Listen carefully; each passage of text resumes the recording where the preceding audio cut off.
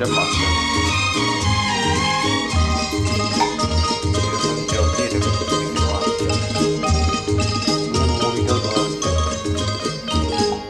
यहाँ तेरा मेरा नाम लिखा है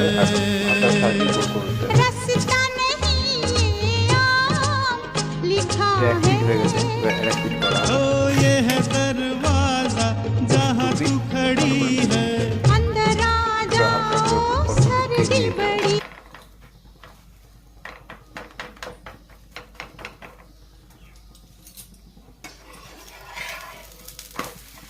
আমার দু পিঠটা ভেজে নিতে হবে। এটা ভাজা হয়ে গেছে।